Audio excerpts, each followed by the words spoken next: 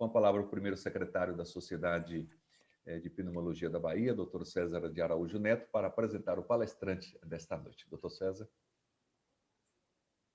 É com muita honra e particular alegria que eu gostaria de apresentá-los o Dr. Francisco Roberto Balestrin Andrade, simplesmente o nosso Chico Balestrin.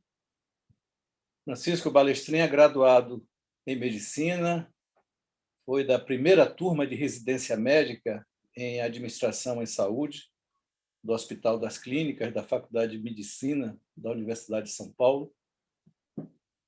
Tem uma trajetória extremamente rica a partir daí.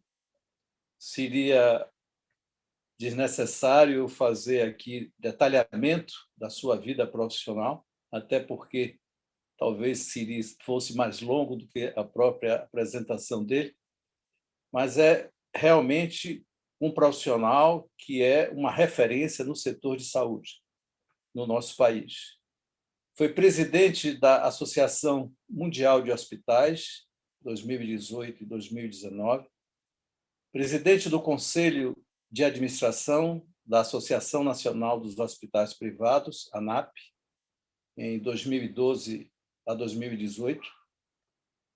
É presidente atual do Conselho de Administração do Colégio Brasileiro de Executivos da Saúde, a partir de 2000 até o momento atual, e, mais recentemente, presidente do Sindicato dos Hospitais, Clínicas e Laboratórios do Estado de São Paulo. Para nós, Francisco Balestrin tem uma particular referência. Ele implantou nessa cidade um conceito inovador de assistência à saúde no Hospital Aliança. Aqui morou de 1988 a 2003 e criou essa obra marcante que todos nós conhecemos e admiramos. Chico é uma liderança genuína, lastreada no seu caráter íntegro, na sua conduta coerente, firme e competente. Para mim, um profissional que eu admiro e respeito com muita intensidade, mas, sobretudo, é um amigo fraterno. Amigo de mais de 3 décadas e, efetivamente, foi um dos irmãos que a vida me concedeu, além do meu irmão consanguíneo. Então, é uma alegria muito grande, é um prazer muito grande, e até um momento de emoção, eu estar fazendo pela primeira vez a apresentação de Francisco Balestrin.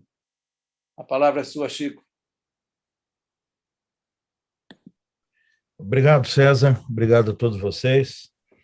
Você de cara já me constrangeu, né? Então, eu vou ter que devolver algumas coisas, não para você, César, mas para vocês, meus irmãos baianos, né? Você sabe que a minha trajetória é uma trajetória, eu diria que onde eu aprendi, entre outras coisas, um significado de uma frase que eu ouvia, mas eu queria muito, de alguma forma, tê-la ter a concretude dela, onde se diz que quando você tem relações comerciais, você tem algo em troca de algo. Mas quando você tem relações de amor, você dá tudo em troca de nada. E é exatamente isso aí que é a Bahia. E vocês? Vocês nos dão tudo em troca de nada. Vocês nos dão tudo em troca da amizade, vocês nos dão tudo em troca de uma palavra de reconforto, vocês dão tudo em troca da nossa companhia. Isso faz com que qualquer um que passe por aí se sinta brindado.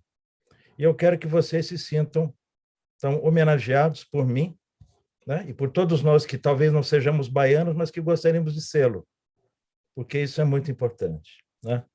Eu, é claro, Jorge, você sabe da minha relação. Aliás, eu preciso fazer algo que a Margarete, de início, já colocou. Preciso fazer também aqui um disclosure e preciso falar sobre um interesse cruzado, porque, afinal das contas, o César é dindo da minha filha mais nova.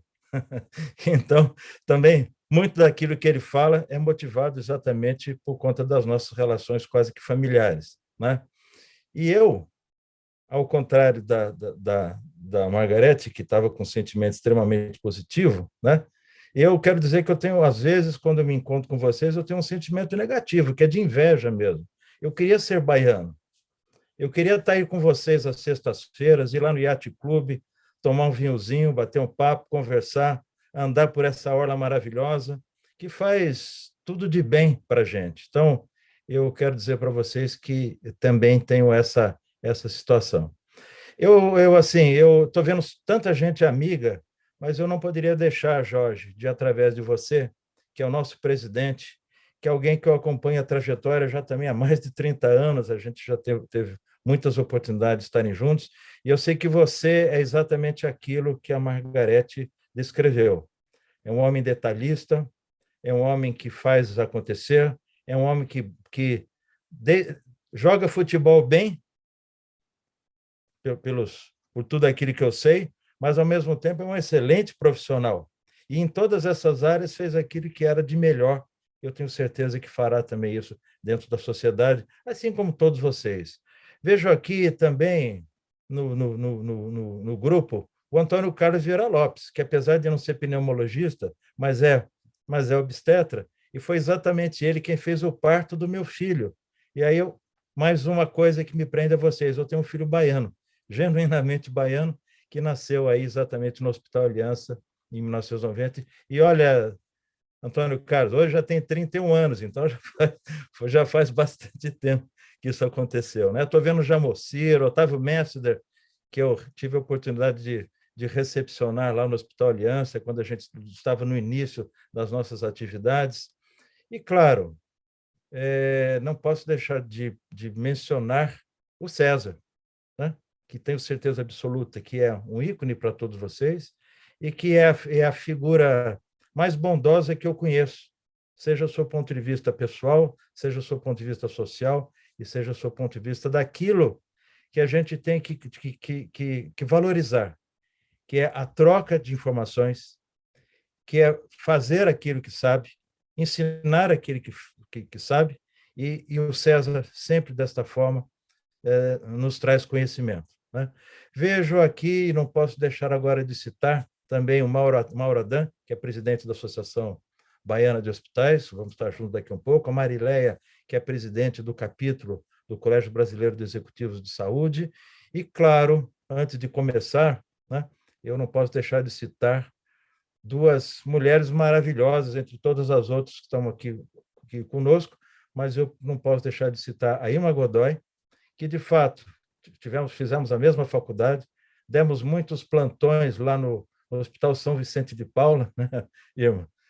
E isso é um momento excepcional de reencontro, que a gente acho que não se reencontra há muitos anos, e eu vejo que o tempo fez melhor para você do que para mim, né? Então, não fique absolutamente tranquilo, é isso aí, viu? E agora eu queria falar de uma nova amiga, se é que assim eu posso falar, que é a doutora Margarete Dalcomo. Né? Eu a conheci de um grupo, que é um grupo de amigos que a gente tem lá no Rio de Janeiro, chamado FIS, que é um grupo de WhatsApp, vejam só, né? É um Tinder da saúde. Todos nós ficamos lá, conversamos a respeito de um conjunto grande de assuntos, e eu conheci a doutora Margarete, e depois passei a ler os textos dela, que são maravilhosos, são muito interessantes, muito cultos, Margarete, você sabe disso, você sabe que eu já tive a oportunidade de escrever da minha admiração, que ela escreve no Jornal Globo, em outras oportunidades, é aquela figura que hoje é a palavra da pneumologia na Globo News. Né? É quem realmente, de alguma forma, coloca tudo de uma forma objetiva, clara e assim, muito didática para todos nós. Faz o seu papel muito bem e acho que, dentro desse desenho que você, Jorge, apresentou, eu vejo que você tem aí também muito que colocar seu ponto de vista da mídia, porque, de fato, isso traz assim benefícios muito importantes para a especialidade e para todos de modo geral. Você falou uma coisa muito bacana no final, e eu gostei porque é muito típico aí que é estaremos de braços enlaçados. Eu acho que isso é uma simbologia muito grande, né? Mas isso significa também muito daquilo que nós fizemos nesse período de pandemia, que é o período onde nós tivemos muita solidariedade e percebemos que nós dependemos uns dos outros. Essa é a grande verdade, ao final. E quando você fala de braços enlaçados, Jorge, eu vou terminar aqui, porque senão eu não faço a apresentação, né? Ou pulo a apresentação, eu queria dizer que eu me recordo sempre de um texto, de uma frase, onde, alguns anos atrás, eu aprendi, através de um diretor antigo da IBM, na Itália, que ele dizia o seguinte, que os homens são como anjos de uma asa só, que, para voar, precisam estar abraçados uns aos outros. E é exatamente isso que você falou, é exatamente isso que é o sentimento que nos une aqui, o sentimento de solidariedade e o sentimento de interdependência uns dos outros. Obrigado pelo convite. Viu? Eu vou compartilhar agora a tela, eu sei que a gente não vai mais se ver, e eu vou tentar ser o mais breve possível para que a gente possa ter, assim, um papo agradável com o Mauro, com a Mariléia e com, eventualmente, aqueles que queiram conversar.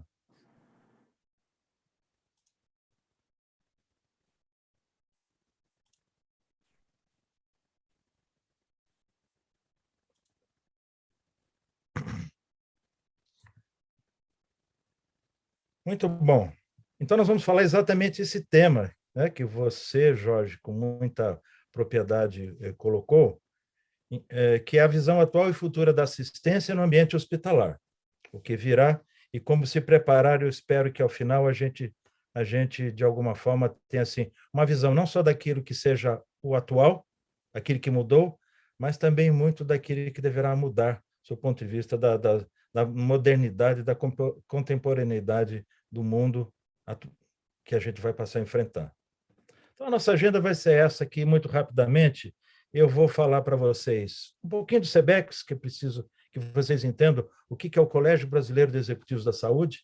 Hoje nós somos mais de 1.000 em todo, colegas no Brasil como todo, né? Estamos em 12 capítulos no Brasil como todo. O maior capítulo é o de São Paulo, claro, o segundo é o do Rio de Janeiro, a Bahia também é um dos nossos grandes capítulos, né? Depois, um pouquinho sobre o impulso das mudanças, algo só para a gente circunstanciar o hospital do presente, embora todos nós vivamos nele, cenários para o hospital do futuro, algumas mensagens chaves para esse hospital do futuro, e um apêndice muito rapidinho. Então, o SEBEX é uma entidade sem fins lucrativos, é o Colégio Brasileiro de Executivos de Saúde, visa educação e certificação, relacionamento, e quando você tem educação, você é certificado, você tem relacionamento, você passa a ter representatividade, que é o que de fato, todas as entidades, de alguma forma, buscam, como vocês buscam aí, e como a Sociedade Brasileira de Patologia, de Pneumologia e Tisiologia também busca representatividade no setor, né? Esses são todos os estados que nós estamos presentes. Vejo aqui que o primeiro estado da Bahia, a nossa presidente é Mariléia Souza, e vários outros presidentes aí em todas as regiões brasileiras. Nós temos um conselho de administração, onde eu sempre gosto de mostrar o conselho, porque o conselho é exatamente aquele que dá sustentação, assim como você fez, João, técnica, científica e pessoal à entidade. Então, nós temos o Rubens Covelo. Na realidade, eu vou explicar mais o conceito para vocês. São 3 fundadores, três conselheiros do gênero masculino e 3 conselheiras maravilhosas do sexo feminino.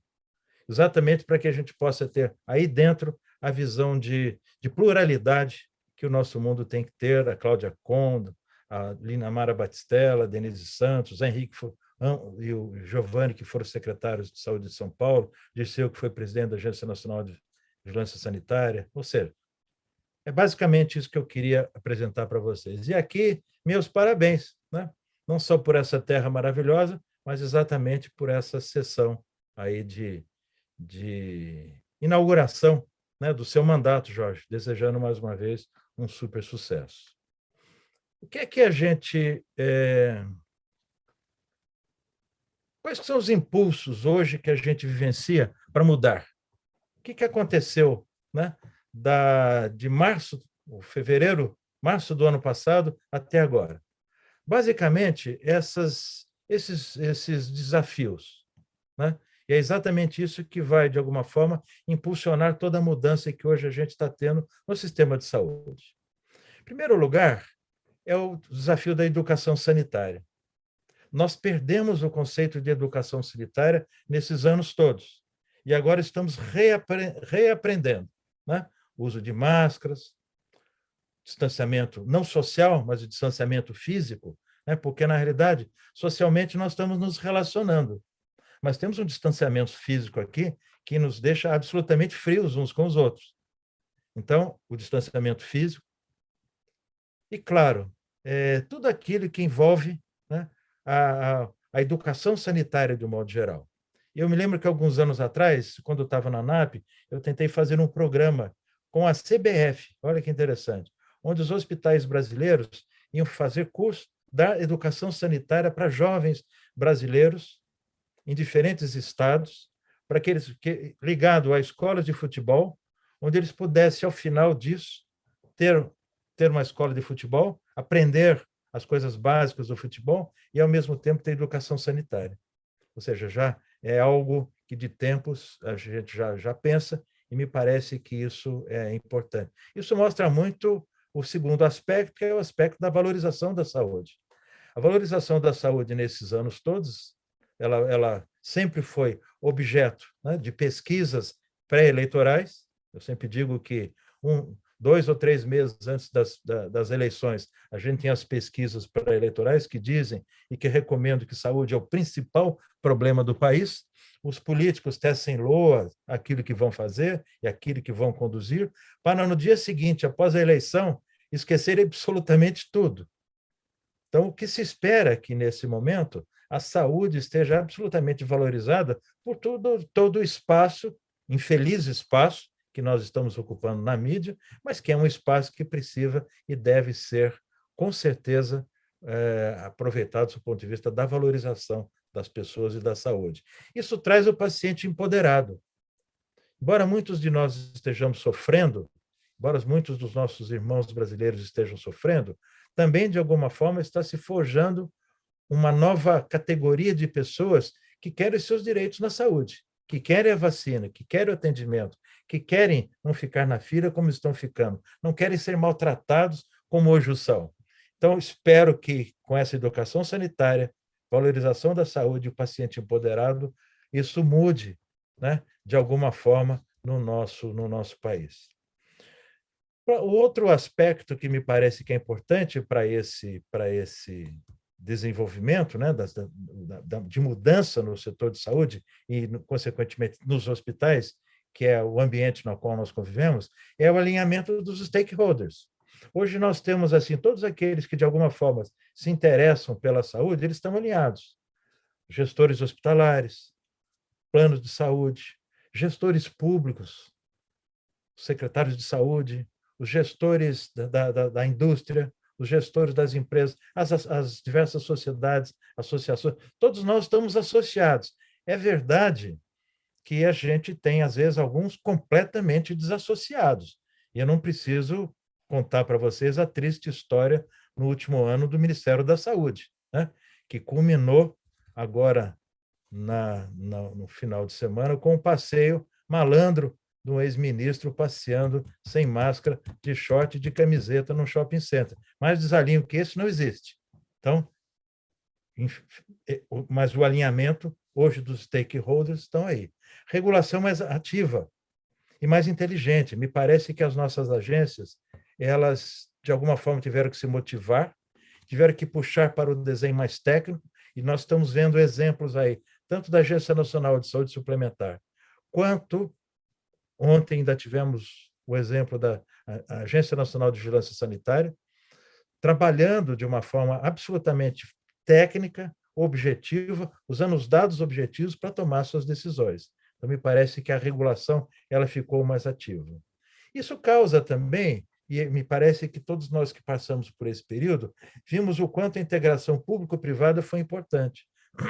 Quanto que o privado, de alguma forma, colaborou com o público, montando hospitais de campanha, ajudando na gestão, fazendo à distância o apoio, principalmente para aquelas instituições que não tinham, né, as suas UTIs organizadas, os seus processos completamente claros, quantos e quantos investimentos que não foram feitos pelo setor privado no público e quanto do público não foi feito no privado nesse período. Então, me parece que isso favorece uma integração público-privada que de anos a gente vem buscando, de anos vem trabalhando, mas me parece que agora, de alguma forma, ela teve assim um toque.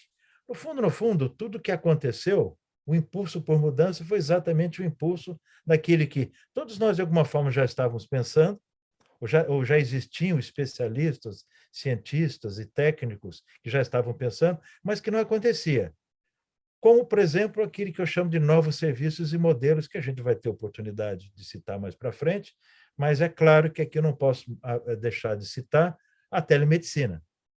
A telemedicina, neste período, neste ano, ela se apresentou de uma forma objetiva. Hoje, fica muito difícil para que a gente tenha uma regressão em relação a esse tipo de serviço, de atendimento, mas me parece que tudo aquilo que, de alguma forma, pensávamos e tínhamos dificuldade de acontecer, agora, por conta disso, nós vamos ter essa oportunidade. Deixa eu ver aqui. Ok. O que é o Hospital do Presente? O Hospital do Presente é mais ou menos aquilo que a gente conhece hoje, né? Um dos primeiros hospitais do Brasil foi a Santa Casa de Santos, foi fundada em 1542 ou 1543. Eu sei que existe sempre dúvidas em relação a qual Santa Casa é mais antiga. A própria Santa Casa da Bahia se coloca como uma das mais antigas, a Santa Casa do Recife também se coloca como uma das mais antigas, mas é importante que o modelo hospitalar brasileiro ele é oriundo do movimento das Santas Casas de Portugal. Não vou entrar na história, mas vocês sabem que esta é uma situação onde até hoje nós temos Santas Casas, e as Santas Casas são a base do atendimento médico, inclusive no nosso país. 55% do atendimento do SUS e, consequentemente, praticamente 40% da população brasileira é atendido nas Santas Casas de Misericórdia do Brasil como um todo, que são mais de 2.000. Os primeiros registros dos hospitais eles acontecem fora no Egito Antigo, e assim como vocês, no fundo, os hospitais eram o famoso local para você morrer bem, ou bem morrer, né?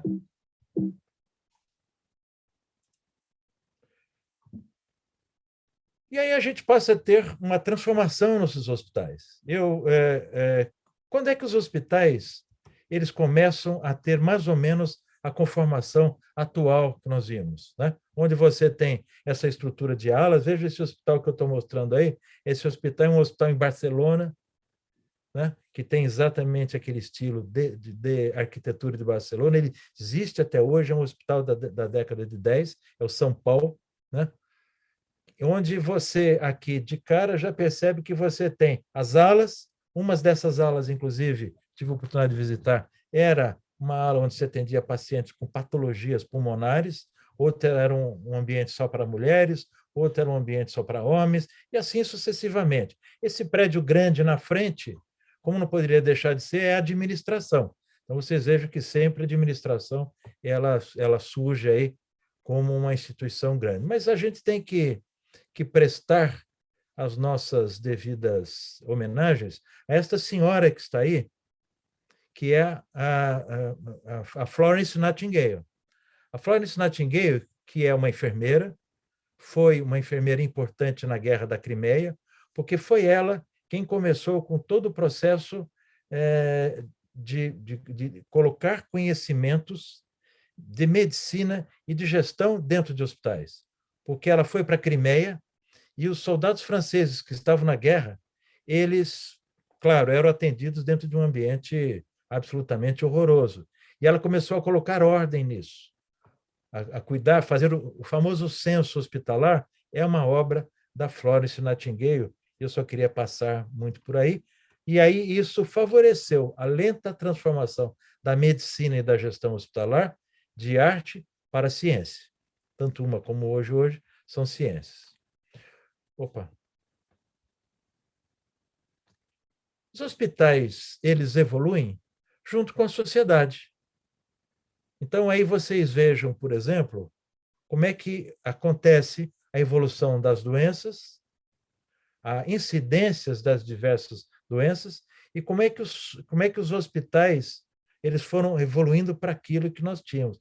Vejam que hoje somos, que na década de 50, as principais causas de morte, principalmente no Japão, eram exatamente tudo aquilo que tinha a ver com as doenças pulmonares, as doenças pneumonias, e você tinha um início, né, daquilo que se tratava das doenças não contagiosas.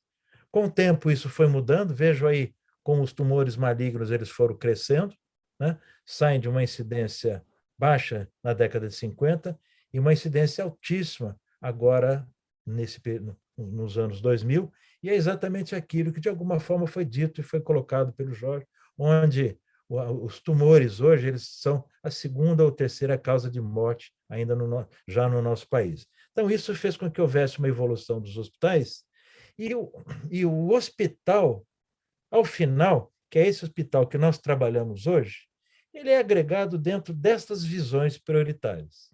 Primeiro, eles agregam o que há de mais especializados em termos de recursos, ciência e tecnologia médica.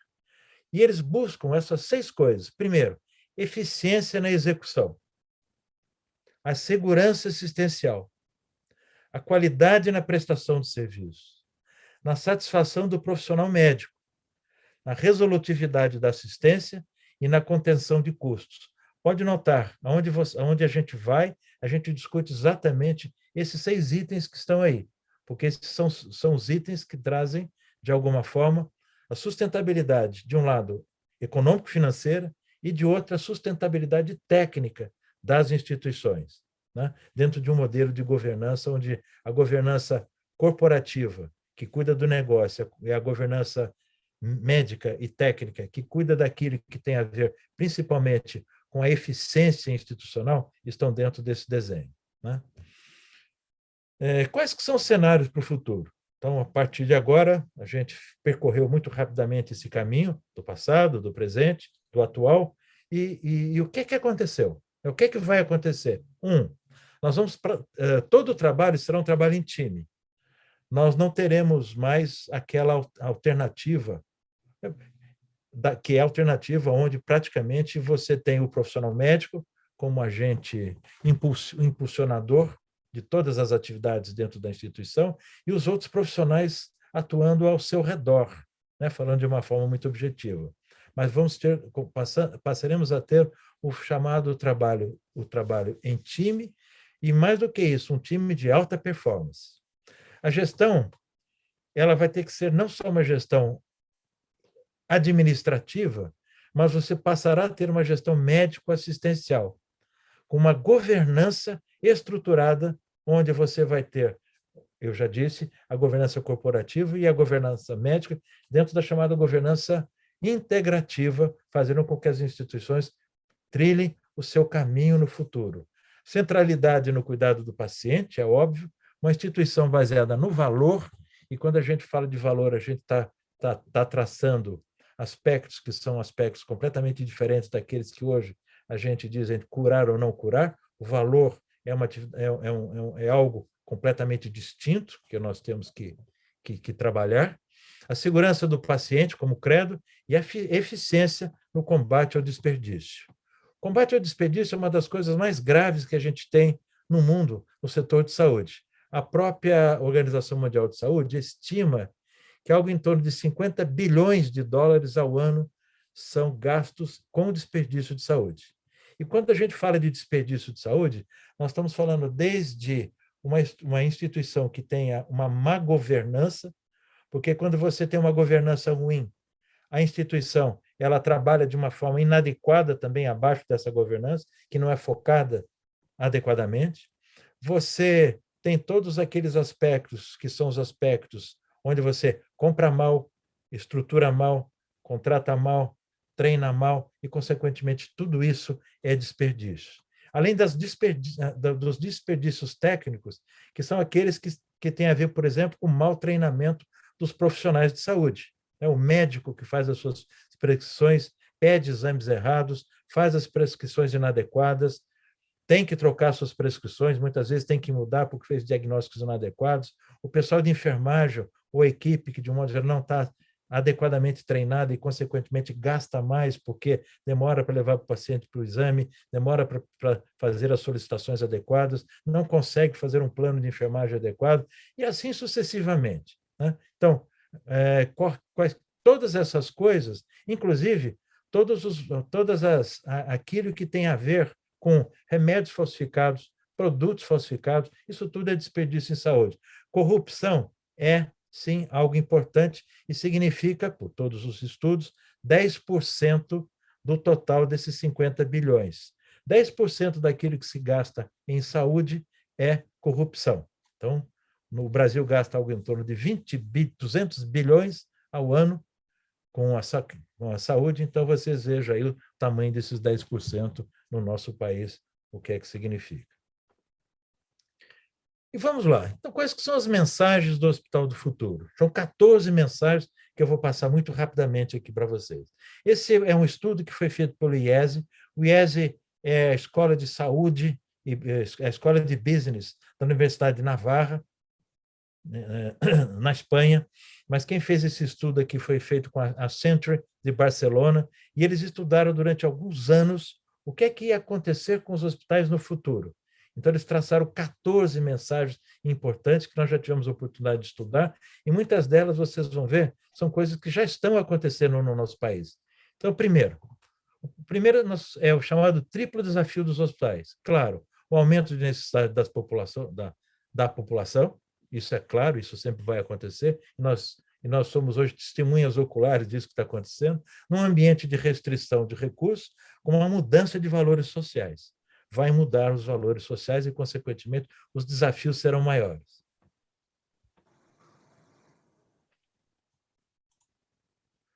Os hospitais, eles serão menores e mais complexos. Por quê? Porque eles serão focados em serviços de alto valor, e não necessariamente de alto volume. Muitos daqueles casos que hoje ocorrem ao hospital deixarão de ir. Porque, principalmente, a gente passará a ter todos os próximos desafios, que são os desafios que têm a ver com a medicina digitalizada, vamos assim colocar. Tem a ver com a própria estruturação nova dos hospitais que a gente passará a ter, que eu vou passar mais para frente. Os desfechos clínicos, eles serão componentes do pagamento. Hoje não são, hoje vocês sabem que é o famoso fee for service, né? Na maior parte das instituições ainda é assim. Eu faço, eu cobro, eu recebo. Claro que as operadoras hoje, quando se fala de hospitais privados, elas estão atentas, então existem as famosas glosas, as famosas discussões, as famosas necessidades de se registrar tudo isso, mas, no fundo, o que se procura é que mais para frente, até dentro do ambiente de valor, o pagamento seja feito por desfecho clínico. E também isso vai mudar os valores sociais. Né? Novos serviços. Né? Isso vocês já estão vendo aí, várias das empresas hoje elas já estão anunciando. A gente vai ter serviços altamente especializados, como genômica e medicina personalizada. É claro que num país como o nosso, onde nós temos tanta distância social, tanta diferença social, socioeconômica, fica difícil você dizer que essa é uma tendência. Mas nos grandes centros essa é uma tendência e hoje nós já temos laboratórios e redes que se apresentam exatamente estudando genômica, que será muito importante, principalmente para a prospecção dos novos vírus que estarão vindo por aí. A gente precisa conhecer isso aí de uma forma muito clara. Vocês, aí, a Margarete depois falam isso melhor do que eu, e a medicina personalizada, focada exatamente na pessoa. Os medicamentos serão colocados para cada um de nós individualmente. Os hospitais, eles tenderão a ser coordenadores de redes assistenciais. Eu acredito muito nisso. Os hospitais são os locais onde você tem o maior número concentrado de profissionais técnicos, de inteligências, de cabeças, seja do seu ponto de vista técnico, seja do seu ponto de vista de gestão. Então, seria natural, não dentro de um ambiente hospitalocêntrico, mas dentro de um ambiente onde o hospital fosse o coordenador da assistência à saúde e todas as outras unidades de serviço fossem ligadas a essa instituição, ou ligadas a uma instituição hospitalar de grande porte, de grande reconhecimento, para que o cidadão, desde o início, ele já entrasse dentro de uma instituição, desde as unidades básicas de saúde, passando por todas as unidades especializadas, até chegar nos serviços, né, ambulatoriais, passando para os atendimentos, que são os atendimentos mais críticos. Isso daria condição para que nós mudássemos o nosso sistema de saúde para um sistema onde a gente estaria a gestão mais focada no paciente primário do que no paciente terciário. Inclusive, os investimentos poderiam ser invertidos. Ao contrário do que se pensa, julgo, né, que os hospitais, enquanto coordenadores de redes assistenciais, poderiam ser mais eficientes do que são hoje, trabalhando individualmente e isoladamente. Os hospitais vão fazer também a gestão dos pacientes crônicos, né? Eles têm condição de fazer isso. Uma dupla função, que no fundo é exatamente consequência disso que eu falei. O hospital vai ter uma função terciária e, ao mesmo tempo, uma função territorial, que ele não só vai atender os pacientes que vão direto a ele, né? Aqueles que estão ao seu redor, no seu isócrono, na sua capacidade de atendimento, mas, ao mesmo tempo, ele será assim, o centro especializado, será o centro de cuidados mais especializados dentro daquela rede de assistencial. Ele vai ajudar, então, com isso, a redesenhar os serviços. Eu já citei que a gente poderá ter um desenho distinto do nosso sistema de saúde. A gente fez todo um projeto, um redesign do serviço de saúde no nosso país, que qualquer dia a gente pode colocar, mas o importante é colocar o cidadão ao centro, como dizem os portugueses, os utentes, ao centro, e depois disso você terá todo o atendimento focado nos níveis primário, no nível secundário, no nível terciário, e dentro de políticas públicas de saúde, claro, inclusive o setor privado, orientados para isso. Os hospitais serão hospitais abertos e mais distribuídos. O que eu quero dizer com isso? As chamadas barreiras estruturais físicas, cada vez mais elas deixarão de existir. E você passará a ter mais demandas por serviços e informação. Os hospitais eles chegarão mais próximos da comunidade e não a comunidade virá aos hospitais, principalmente porque a gente vai romper as chamadas barreiras dos chamados departamentos médicos, e isso vai acontecer fatalmente. Isso acontece fatalmente exatamente por conta da necessidade das instituições se relacionarem mais com a sociedade, os stakeholders de um modo geral, mas também principalmente pelo fato de que nós vamos ter uma medicina que cada vez mais caminha para o desenho da digitalização, do desenho dos relacionamentos e da chamada transformação digital, né? O hospital continua sendo um centro de inovação em tecnologia de serviço, porque, de novo, as pesquisas, a capacidade de entendimento, a capacidade de conhecimento de tecnologia estarão nos hospitais, e eles é que poderão fazer, e eles trarão para dentro das instituições e levarão para fora dessas instituições toda essa capacidade inventiva e toda essa nova capacidade de trazer novas tecnologias. A pesquisa e a educação serão resultados chaves. Os hospitais continuam a ser centros de educação e pesquisa em saúde e terão, na minha percepção e na percepção de quem estudou, a responsabilidade de criar redes de pesquisa, que é exatamente aquilo que acontece nos grandes hospitais internacionais. Um modelo de compartilhamento de riscos. Hoje, as instituições de saúde, muitas vezes nós, profissionais, não compartilhamos o risco, e quando eu falo de risco, estou falando tanto do risco financeiro quanto do risco técnico.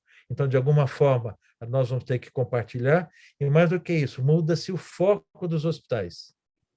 À medida que eles passam a ser gestores de rede, eles passarão a ter também um foco em serviços mais de prevenção Promoção não, porque promoção é o setor público, são os agentes públicos que cruzadamente têm que fazer, né? Porque promoção é educação, é nutrição, diminuição da insegurança social, é geração de empregos, então isso é promoção de saúde. A prevenção são atos fáticos de saúde que deverá ser feito exatamente por essa combinação das novas atividades dos hospitais. A participação ativa dos profissionais hospitalares na governança, né? Os hospitais eles têm que trazer para dentro da governança aquilo que muitos hospitais universitários já fazem, né? E que é exatamente trazer os profissionais de saúde para o desenho de governança.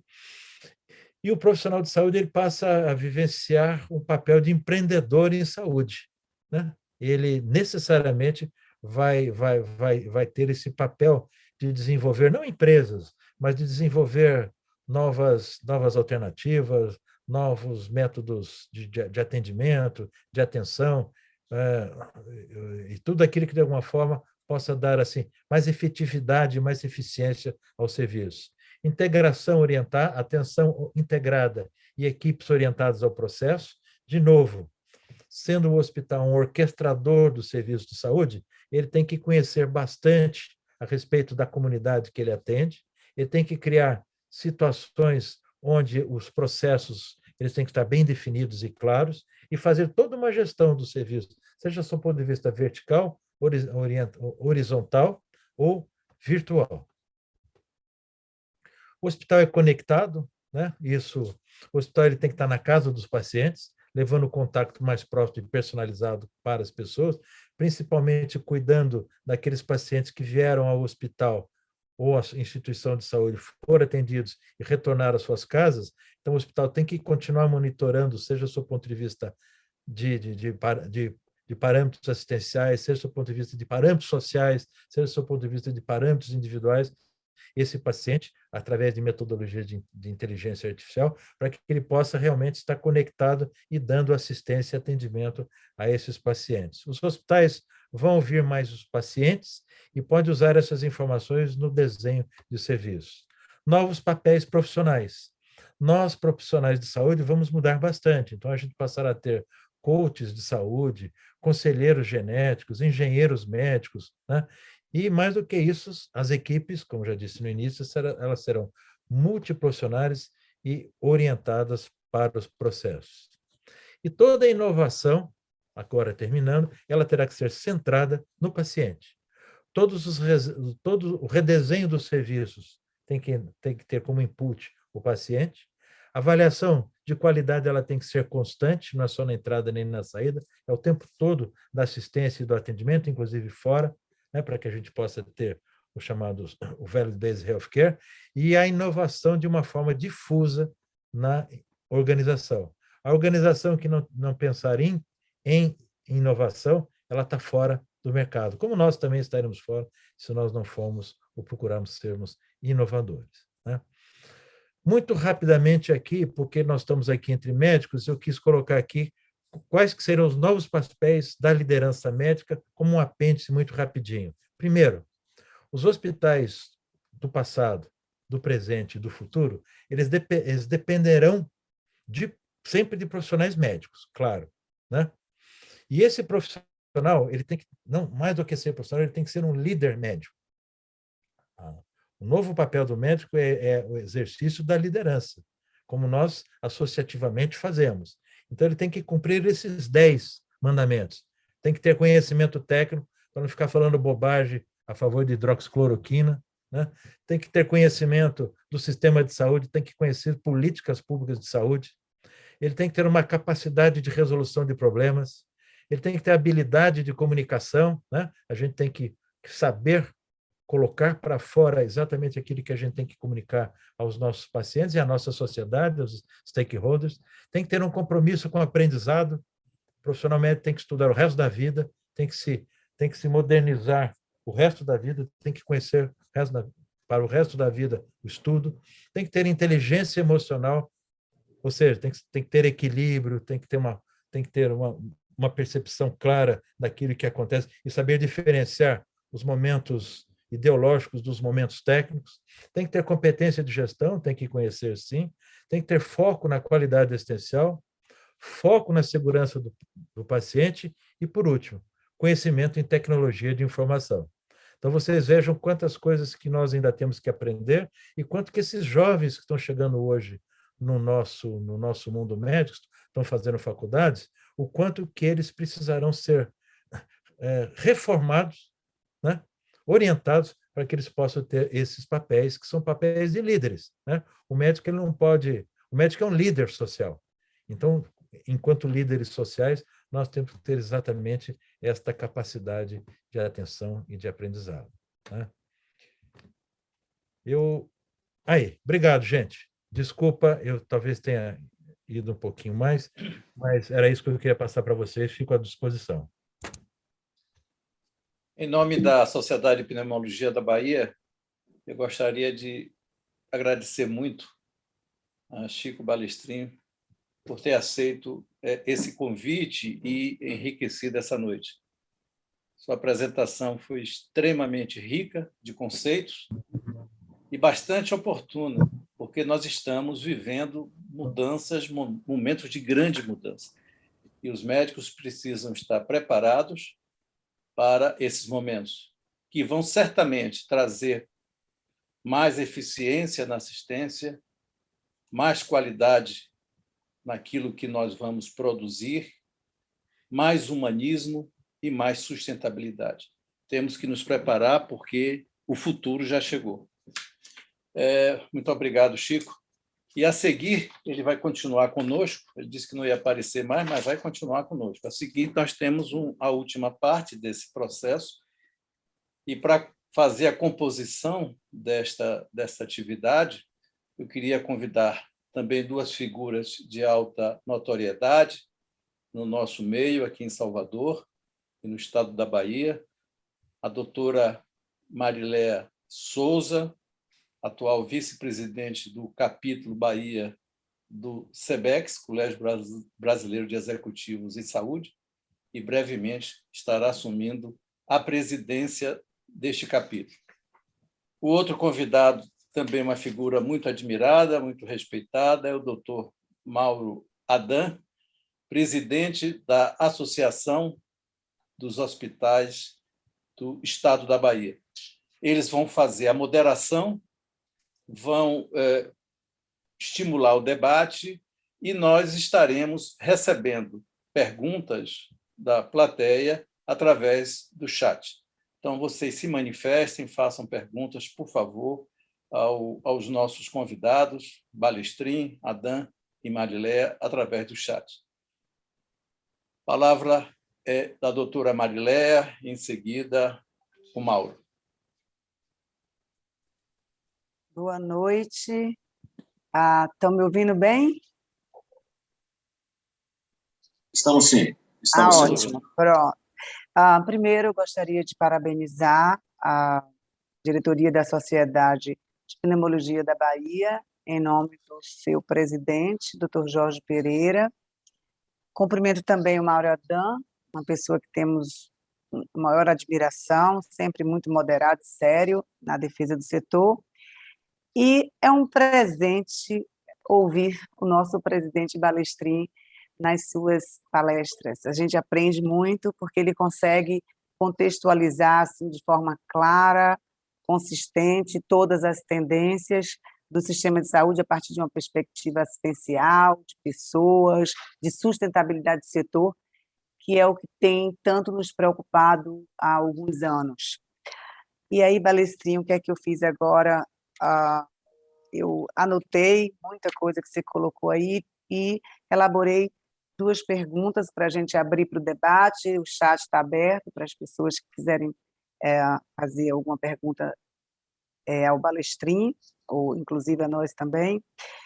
E é o seguinte, Balestrin, já era um desafio pré-pandemia. Então, o setor de saúde já vivia um desafio na pré-pandemia, e com as mudanças que virão na pós-pandemia, inclusive com a síndrome pós-Covid, você tem ideia de qual é a dimensão desse desafio de mudar uma cultura de valor para uma cultura de volume, para uma cultura de valor, na velocidade, na celeridade que nós precisamos para que, de fato, a gente consiga ter uma sustentabilidade do setor de saúde, que hoje é muito fragmentado, descoordenado, e a gente evitar o colapso mesmo do sistema. E a outra pergunta que eu quis colocar aqui para você é o seguinte: eu vi que você falou no último slide, mas eu coloquei quais as competências que se esperam de um gestor hospitalar que está vivendo todas essas mudanças e um cenário assim desafiador no mundo VUCA, como a gente chama, de incertezas, de volatilidade, mas o gestor hospitalar até fora um pouquinho da figura médica, o gestor do RH, que vai ter que ter um outro olhar com a mudança para o home office, o gestor que vai analisar todas as modalidades de questões regulatórias, as relações comerciais. Então, qual é o desafio para esse gestor, como ele tem que estar preparado?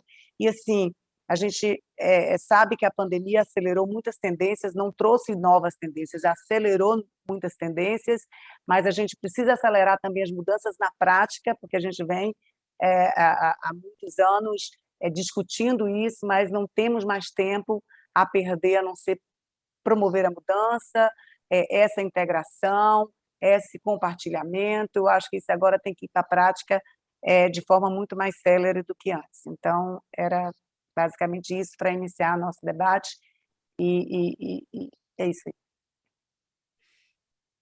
Bom, obrigado, Marilé. No fundo, você está me perguntando como é que a gente faz para reformular o sistema de saúde brasileiro, né? Que não é uma resposta tão fácil, né? Mas eu diria para você que você tem razão. Eu acho que assim, o primeiro aspecto que a gente tem que buscar hoje é o aspecto da sustentabilidade do sistema. Só que esse aspecto da sustentabilidade ele tem que vir, teoricamente, acompanhado de pelo menos 3 coisas.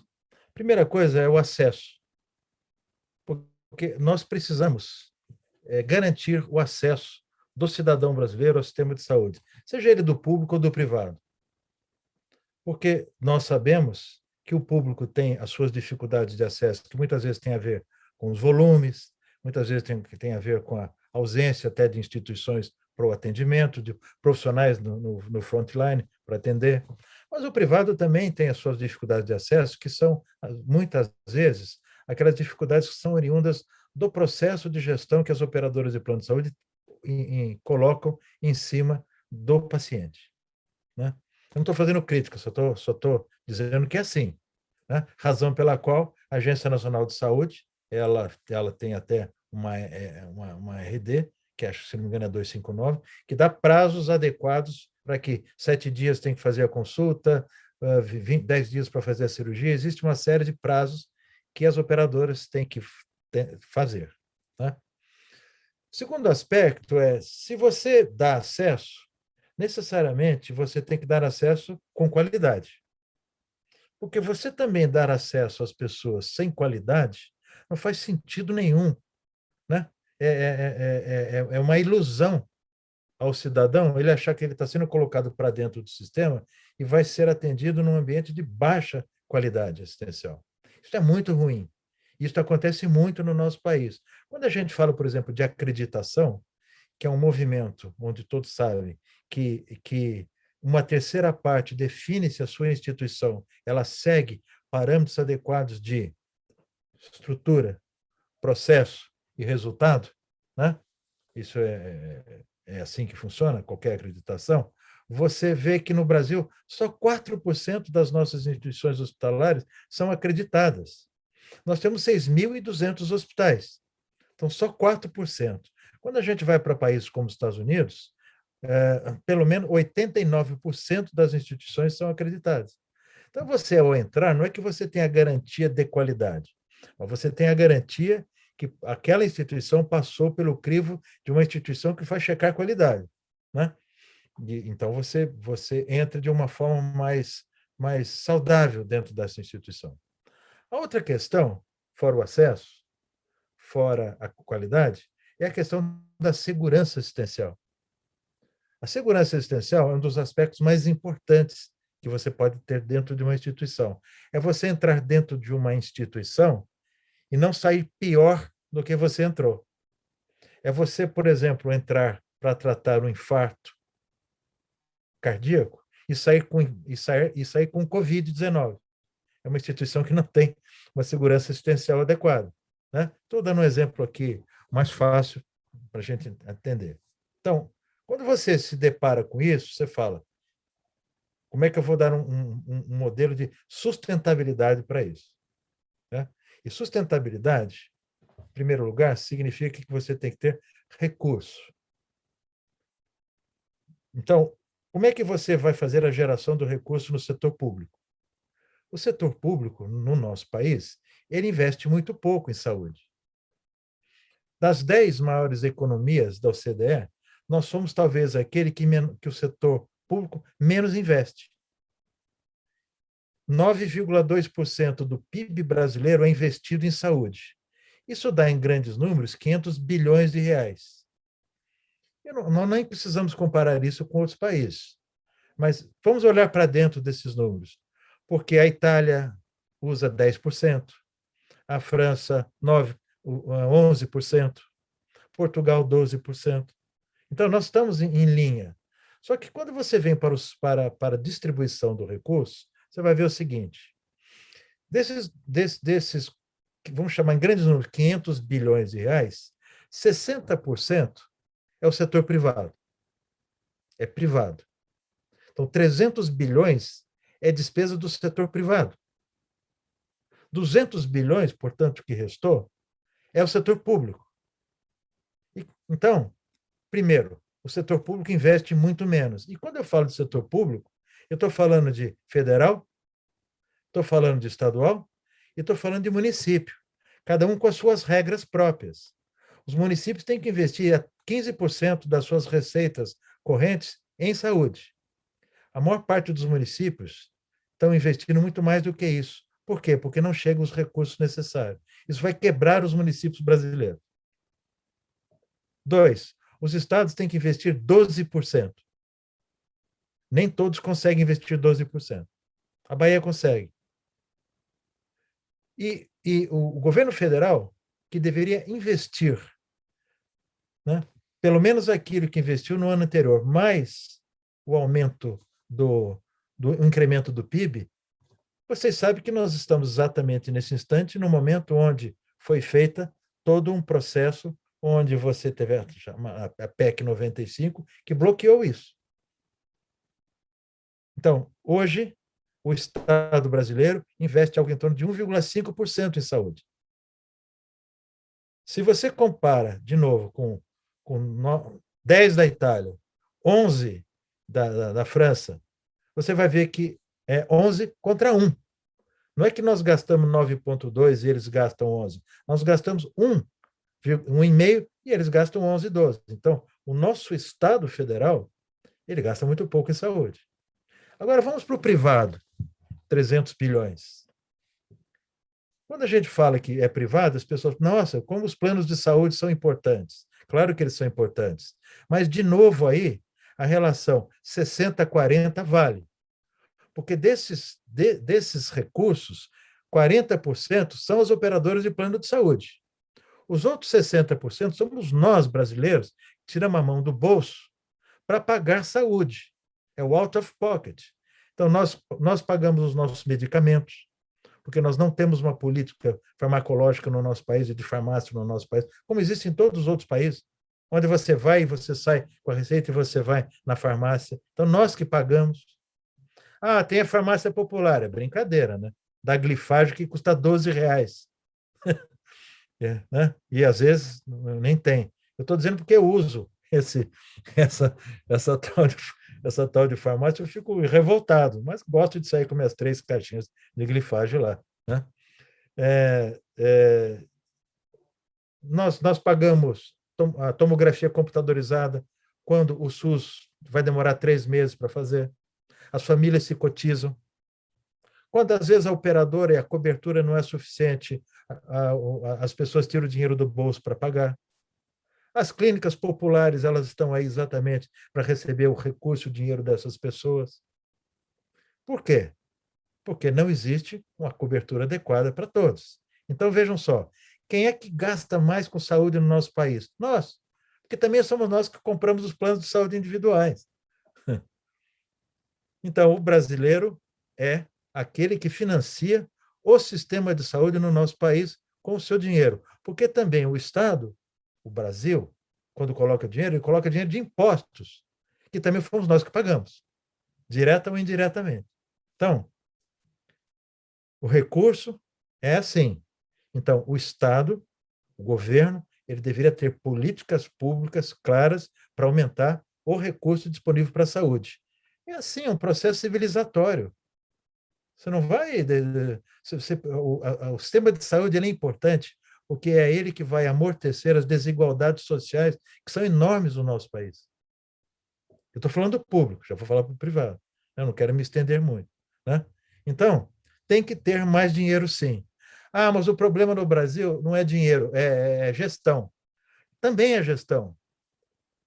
Mas não é correto dizer que o problema da saúde brasileira é a gestão, são os gestores.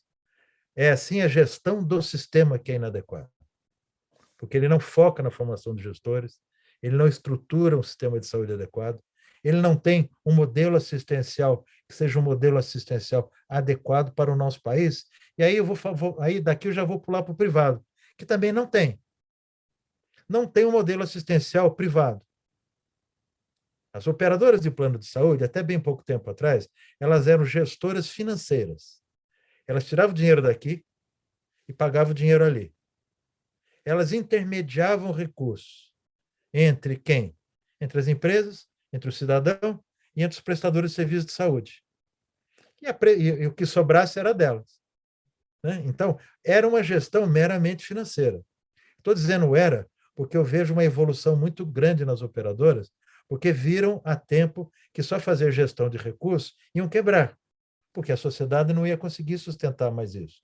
Porque as empresas, eu me lembro que quando eu fazia a gestão da Aliança, a gente discutia que a gente pagava algo em torno de 3 a 4% da folha de pagamento para planos de saúde, de benefício de um modo geral. Hoje é 12%. Então, dobrou, quase que triplicou quando você fala. Então, as empresas também elas não estão conseguindo sustentar, e muito menos o cidadão. O custo de saúde é alto, claro. Né? Você realmente tem. Mas veja, num ambiente de desperdício, num ambiente de má gestão, num ambiente desorganizado, e num ambiente onde você não tem modelo assistencial, ele só pode ser caro. É como fazer um almoço em casa de domingo todo desorganizado, né? Sem nenhuma metodologia, sem nenhum processo. Vai ser caro. Né? É um exemplo pequeno, mas é assim. Isso acontece nas nossas vidas também. Então, da mesma forma, e aí? E aí é que nós não temos um sistema de saúde organizado. Nós não temos uma estrutura organizada. Então, hoje, cada um faz o que quer. No setor privado, hoje a grande discussão é, puxa, o pessoal aí das entidades, das operadoras verticalizadas, vão papar tudo, né? E as outras operadoras individuais, como, por exemplo, a Bradesco, Sul América, as grandes seguradoras, vão ter dificuldades. Como é que elas podem suprir essas dificuldades? Se unindo aos hospitais. Eu falei aqui, dei 14 dicas. Né? Enquanto não unir profissional de saúde, hospital e fonte pagadora, desculpa, fonte pagadora, eu detesto esse nome, e operadora de plano de saúde, a gente não vai ter um modelo adequado. Quem é que pode sustentar esse modelo? Quem, de alguma forma, seja responsável pelas políticas sanitárias no nosso país, que são os governos. Pronto, em última análise é isso. Desculpa se estendi aqui. Doutor Palestrino, o senhor tem um conhecimento riquíssimo, mas a gente tem ainda o moderador, doutor Mauro Adam, que é o presidente da Associação de Hospitais e Serviços de Saúde da Bahia, que gostaria também de fazer suas considerações, e estamos vendo aqui que temos perguntas pelo chat. A gente vai pedir, se o senhor puder, ser um pouquinho mais breve nas respostas, para que a gente possa cumprir o nosso horário. Doutor Mauro? Mas então eu vou pedir também que me faça perguntas mais simples. E as respostas ficam mais simples também. Boa noite a todos. Oi, Parabenizo o doutor Jorge Pereira pela posse na Sociedade Baiana de Pneumologia, assim como toda a diretoria. Parabenizo também a doutora Irma Godoy, atual presidente da Sociedade Brasileira de Pneumologia, e a futura presidente, doutora Margarete Dalcum. Um agradecimento ao doutor César Araújo pelo convite de estarmos aqui hoje, podendo discutir um tema tão relevante num momento tão especial. E ouvindo uma palestra aqui do nosso querido amigo e professor Balestrin, tá? Um abraço aí para a Mariléia, certo? Que está junto conosco aí nesse entendimento. Balestrin, você trouxe aqui, claro, um conteúdo riquíssimo, certo? De um assunto extremamente complexo, como todos nós sabemos e vivemos de perto. E logo no início você traz as tendências e desafios. E depois você trouxe uma série de encaminhamentos para que essas tendências, esses desafios fossem vencidos e concretizados. E eu vou relatar aqui 3 tendências de desafio. Foi integração público-privado, valorização da saúde e novos serviços e modelos. Essa integração público e privado é algo que nós, do privado, eu que represento a Associação de Hospitais e Instituições de Saúde da Bahia, e que tem uma atuação também nas entidades nacionais, falamos diariamente que precisamos fazer parcerias e nos aproximarmos mais do público. Parece que agora, na dor, né, como de costume muitas vezes acontece, certo? Essas coisas começaram a acontecer de uma forma muito mais sinérgica, tá? Infelizmente, por um momento desse de saúde. Diante desses encaminhamentos, Balestrin, para ser também objetivo, certo? Desses encaminhamentos que você fez, de tendências e dos encaminhamentos de soluções, você acredita que, vencido parte dessas etapas, nós podemos sair dos 48 milhões de brasileiros, aproximadamente, que têm sistema de saúde suplementar, tá? E mais 14, 15 milhões que estão em sistemas de benefícios dos governos estaduais e municipais, que não estão contemplados nos números da Agência Nacional de Saúde. Isso vai somar aproximadamente 63 milhões de brasileiros. Nós temos 150 milhões de brasileiros no Sistema Único de Saúde, sobrecarregado, com pouco orçamento, né, com um sacrifício muito grande, tentando fazer muitas entregas. Você acredita que, vencido essas etapas, nós podemos sair deste patamar de aproximadamente 50 milhões de brasileiros no Sistema Único de Saúde para patamares mais elevados, e isso, evidentemente, fortaleceria o sistema de saúde suplementar de uma forma geral, toda a cadeia de clínicas, laboratórios, hospitais, operadoras de plano de saúde, e, ao mesmo tempo, tiraria um sobrepeso, tá, excessivo, que a gente percebe que hoje, que o Sistema Único de Saúde, que faz um trabalho muito, com um esforço muito grande, mas com pouco recurso. Você acha viável isso acontecer ao longo dos próximos anos? Ô, Mauro, você também me fez uma pergunta complicada, né? Porque eu poderia dizer sim ou não, mas assim, não vou me furtar a fazer um pequeno comentário em relação a ele. Primeiro, participação público-privada. Nós, no Brasil, não sabemos o que é participação público-privada. Nós confundimos terceirização de gestão de saúde com participação público-privada. Definitivamente não é isso, né? Em 2013, quando eu comecei a fazer um projeto dentro da ANAP, que se chama o Livro Branco da ANAP, que a gente queria fazer uma proposta de saúde para o Brasil, o tema principal era esse, a participação público-privada. Onde é que o público e o privado convivem, fazem a coisa funcionar bem, e isso dá a capacidade do Estado de atender bem o seu cidadão. Aonde? A gente encontrou na Catalunha um modelo adequado. Fomos lá, contratamos uma empresa de consultoria, trouxemos para cá e fizemos um modelo aqui, e chegamos à conclusão que no Brasil não tem participação público-privada. E eu vou te explicar rapidamente por quê, e vocês vão concordar comigo. Porque, assim, o pedágio... Por exemplo, vocês aí na Estrada do Coco têm o pedágio, né? São Paulo tem pedágio em tudo quanto é canto, né? No Rio também, hoje, já tem bastante pedágio. Isso é uma concessão, isso é uma participação público-privada. Você faz a estrada, você gerencia a estrada, você cuida da estrada, eu faço a regulamentação, você cobra e me paga. E me paga uma parte e a outra parte você se paga. Quem que garante isso? É o Estado. Né? Como é que ele garante isso? Através dos mais variados mecanismos de sustentação. Por exemplo, na Bahia, que tem um caso de participação público-privada, aliás, um dos poucos que eu acho que tem no Brasil, né? que é o Hospital do Subúrbio, você tem uma parte de público-privada, que a operação é público-privada, a construção não foi pública, a construção foi pública. Como é que essa operação é garantida? Ela é garantida, até onde eu me lembro, pelas contas de energia elétrica, que a participação do sistema de energia elétrica que o governo do estado da Bahia tem na Eletrobras ou qualquer coisa parecida. Então, quem garante o recurso não é o governo da Bahia. São acordos que o estado da Bahia, independentemente de quem estava no governo na época, deu essa garantia por 30 anos. Então, mesmo que não queira pagar, não interessa. Vai ser pago. Agora, o que acontece quando você faz a terceirização? É o secretário de saúde de plantão que faz. Não, agora eu vou terceirizar aqui, eu vou fazer uma participação público-privada com o Hospital X. Ele faz no governo dele. Ele coloca lá o pessoal para fazer a gestão. E no primeiro momento que falta dinheiro, o governo não paga quem está operando.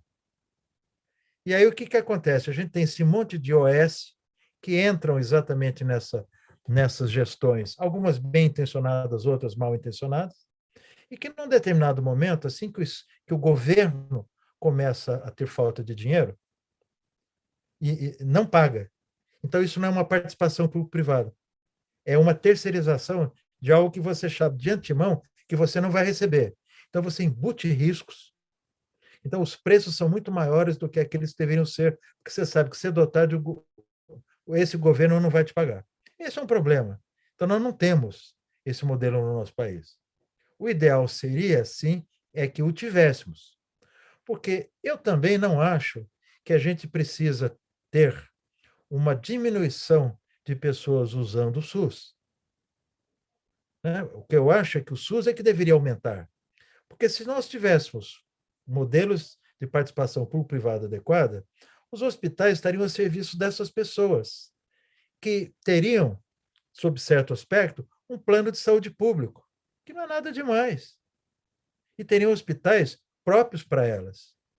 Então, se você me pergunta se eu gostaria, eu sou um homem da área privada, se eu gostaria que o setor privado aumentasse, que a medicina suplementar aumentasse, sim, claro. Mas eu gostaria que ele aumentasse eventualmente pelo fato de que nós estaríamos tendo um brilho, que o nosso país estaria tendo um desenvolvimento econômico maior e melhor do que está tendo, e as pessoas tivessem a possibilidade de optar por um sistema público e um sistema privado. E as diferenças seriam exclusivamente aquelas que não têm a ver nem com acesso, nem com qualidade e nem com segurança, mas simplesmente com aquilo que as pessoas querem e podem optar. Então, bem objetivamente... Palestrin, obrigada aí pela pergunta. A gente viu que tem alguns comentários no chat que é importante para envolver as pessoas que estão aqui assistindo, e eu caí rapidinho, não foi porque você estava falando em operadora de plano de saúde, é que acabou a bateria do meu computador neste momento, por isso que eu saí um pouquinho da sala. Mas, assim, eu entrei não perdeu agora... nada. Eu entrei agora e vi que o chat aqui ficou em branco, mas eu me lembro, a memória fotográfica, no celular também eu entrei, eu vi que tinha a doutora Margarete Dalgom, que queria falar alguma coisa com você em relação à telemedicina, se não me engano, e tem o Ricardo Salles, que primeiro ele parabeniza o doutor Jorge, dá uma boa sorte para toda a nova diretoria, e ele pergunta para você, Obrigadão, Balestrinha. viu? Diante da grande centralização empresarial no sistema privado, quais seriam os mais promissores e novos modelos de remuneração do trabalho médico? Pergunta de forma simples. Está falido o modelo fee-for-service? Então, é Sim. isso. Tem essa pergunta e tem a doutora Margarete, que gostaria de falar um pouco com você, algum comentário sobre telemedicina. E tinha mais uma que o meu chat apagou e eu não consegui recuperar. Licença, é a pergunta de Rafael Pereira, também sobre telemedicina, e perguntando até quando vai ajudar a população e até quando vai comprometer a atividade médica. Obrigada, César. Não. Doutora Margareta, a senhora quer fazer algum comentário? Na verdade, Balestrin, queria ouvir você falar com a sua experiência, como você vê que a telemedicina poderá ficar regulada, né, legislada, de certa maneira, nós já sabemos, mas como você vê nesse processo de aprendizado, porque foi uma coisa tão extraordinariamente nós, quer dizer, eu que tenho usado desde o início, porque nós não podemos ver presencialmente os pacientes com Covid-19 em consultas, então como você vê que isso poderá ser incorporado, inclusive, para a própria educação médica, né? Eu acho que esse é um comentário que eu gostaria de lhe ouvir. Muito obrigada. E muito prazer de encontrá-lo aqui. Olha, bem, a telemedicina é uma coisa mais ampla, né? A telemedicina ela envolve um conjunto muito grande de ações e de atividades que são feitas sob o ponto de vista digital com os pacientes, né? Então, a gente inclui aí a teleconsulta, a gente inclui aí o acompanhamento de dados e de informações a respeito dos pacientes, coisa que nós ainda não fazemos, que é a monitoração à distância. Isso inclui também todos os atendimentos de outros profissionais de saúde, que não necessariamente fazem uma teleconsulta, mas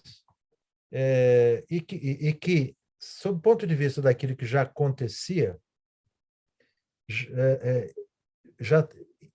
já estão muito à frente daquilo que nós médicos fazemos, ou fazíamos.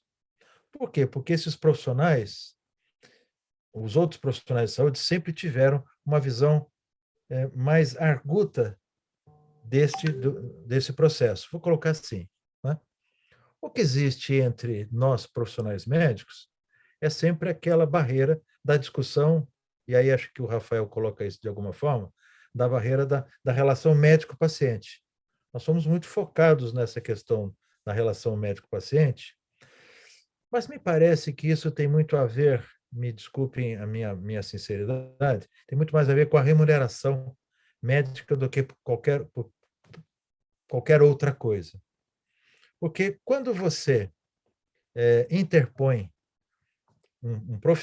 interpõe o sistema de chamamento entre um médico e um paciente, no fundo, você está trazendo o quê? Você está trazendo uma atualização do telefonema que você fazia com o seu paciente, do WhatsApp que você fazia com o seu paciente, e que ainda faz, e que é uma burrice enorme.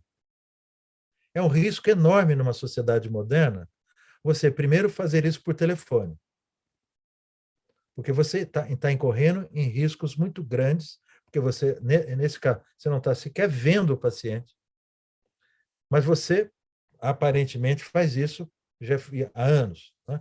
O WhatsApp, então, é a pior das situações, porque, entre outras coisas, você pode errar, por exemplo, algo que esteja escrevendo, ou escrevendo muito rápido, e você tem aquele tal de tradutor lá do WhatsApp, que pode pegar uma coisa que você fala e transforma em uma grande bobagem. E aquilo fica gravado. E tudo aquilo que você fez através do WhatsApp fica gravado o tempo todo, sem nenhuma capacidade sua de ter controle em relação a isso. Então, quando a gente fala de telemedicina, é uma coisa que é estruturada, organizada, uma linguagem própria, com arquivos próprios, ou seja, é algo que é feito exclusivamente para o profissional de saúde e para outros profissionais de modo geral. Por que nós, que temos o direito, que temos o dever de promover acesso, entre outras coisas, vamos desperdiçar esta oportunidade. Não há nenhum motivo para que a gente faça isso. É porque Ora, a minha preocupação, doutor Balestrin, desculpa lhe interromper, quer dizer, é exatamente porque nós temos conduzido alguns projetos, né, muito bons em áreas muito carentes, né? Eu estou falando isso relacionado, inclusive, ao SUS, né? claro, É isso, quer dizer, nós temos feito isso em áreas extremamente carentes, com aplicativos. É claro que é um processo um pouco artesanal, mas a resposta é muito boa, né? Há uma humanização, eu diria assim, e uma efetividade que funciona. Eu passei a acreditar mais nisso nesse ano, vendo isso em lugares como a Favela da Maré, aqui no Rio, né, uma área, inclusive, violentíssima, onde nós instalamos um projeto lá dentro de testagem em massa, né, com testes de PCR e tudo, feitos pela Fiocruz, e as pessoas falam, tem consulta, a gente faz controle de contato, usa o modelo estocástico, né, cada caso diagnosticado gera 4 contatos examinados, e funciona, eu vi isso funcionando. Então, eu perguntei assim até mais do que na relação privada, digamos assim, porque essa eu eu sei. vejo que funciona muito bem, né? Então, desculpa lhe interromper. Ao contrário, eu acho que a senhora me ajudou. Você já me ajudou a responder, né? Eu estava começando pelo privado, porque eu acho que um pouco desta questão ela tem a ver com a remuneração.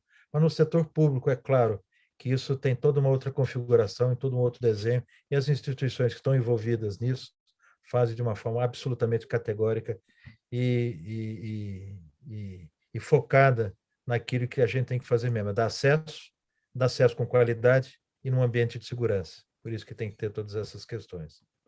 Meus queridos amigos, lamentavelmente eu vou ter que intervir. Nós começamos rigorosamente no horário, às 19 horas. O nosso presidente é rigorosamente pontual e estamos chegando já a quase 2 horas de sessão. O público se mantém presente, ninguém se levantou a assistência, ninguém saiu dos seus postos. Impressionante, raramente a gente vê isso. O tema é extremamente empolgante e daríamos para a gente ficar aí pelo menos mais 1 hora. Mas eu acho que nós temos que respeitar o horário e o cansaço de todos. Eu gostaria, mais uma vez, de agradecer aos nossos convidados especial, ao Mauro, que tinha muito para contribuir ainda, Mariléia, que é uma fanática pela assistência, nós discutimos e conversamos frequentemente, e o Chico, que é essa grande referência para todos nós. Então, agradeço sensibilizado no nome da Sociedade de Pneumologia da Bahia e vamos passar a palavra para o mestre de cerimônia para concluir a nossa atividade de hoje. Agradeço a todos os presentes, né, por se manterem firmes até esse momento. Um abraço a todos. Obrigado, doutor César. Bem, agradecer a todos mais uma vez e passar a palavra ao presidente, doutor Jorge Pereira, que fará o encerramento deste evento. Lembrando que logo após o encerramento, nós vamos ficar ainda alguns minutinhos, quem desejar, para os agradecimentos ao novo presidente da Sociedade de Pneumologia da Bahia. Doutor Jorge, por gentileza. Em nome da diretoria da Sociedade de Pneumologia da Bahia, eu só tenho agradecimentos a fazer a todos que participaram e que ainda estão aí ao apagar das luzes, dada a qualidade dos participantes desse evento. Começo agradecendo a doutora Irma de Godoy, nossa presidente da Sociedade Maior, Sociedade Brasileira de Pneumologia e Fisiologia, a nossa futura presidente, a doutora Margarete. Mais do que cargos, elas são extremamente amigas nossas e conhecidas e admiradas aqui na Bahia por todos. É pena que não estejamos juntos nos abraçando, porque é um carinho muito grande que temos por vocês, e abrilhantaram muito a nossa noite, essa noite que se tornou de gala pela qualidade dos que aqui participam. Eu agradeço também ao nosso grande amigo de longa data, começamos juntos no Aliança, o Dr. Francisco Balestrin, nosso Chico. Ele teria muito mais a dizer, como o César falou, e as perguntas seriam muitas também. Mas é pena porque todo mundo está cansado a essa altura e nós havíamos combinado para gastarmos somente 2 horas no máximo nessa atividade. Eu corri o que eu pude na minha apresentação, eu levei 12 minutos na minha apresentação, exatamente para que o ponto alto fosse essa parte final, em que vocês estão participando. O que mais está no nosso espírito, agora admitindo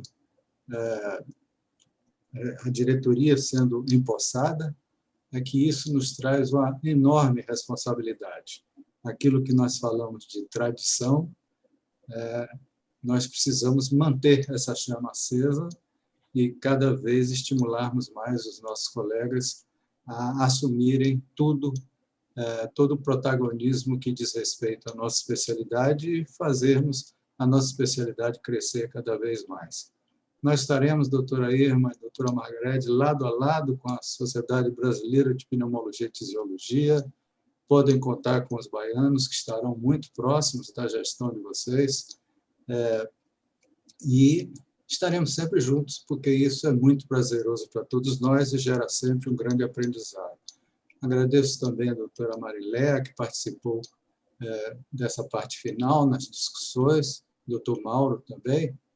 E estamos todos muito felizes. Foi uma noite que, apesar da nossa simplicidade, foi uma noite de gala. E estamos muito felizes com isso, esperamos vê-los cada vez mais. Obrigado ao nosso cerimonialista, Gilberto. Vitória, podia ser Bahia, né, Vitória? Mas estamos agora concluindo e passo a palavra para Gilberto para ele concluir. Eu agradeço a todos, estamos muito honrados. Obrigado, doutor Jorge. Nós vamos agora encerrar a gravação. Então, a partir deste momento, encerrando a gravação, fiquem à vontade para quem desejar abrir o microfone e desejar os parabéns não só para a doutora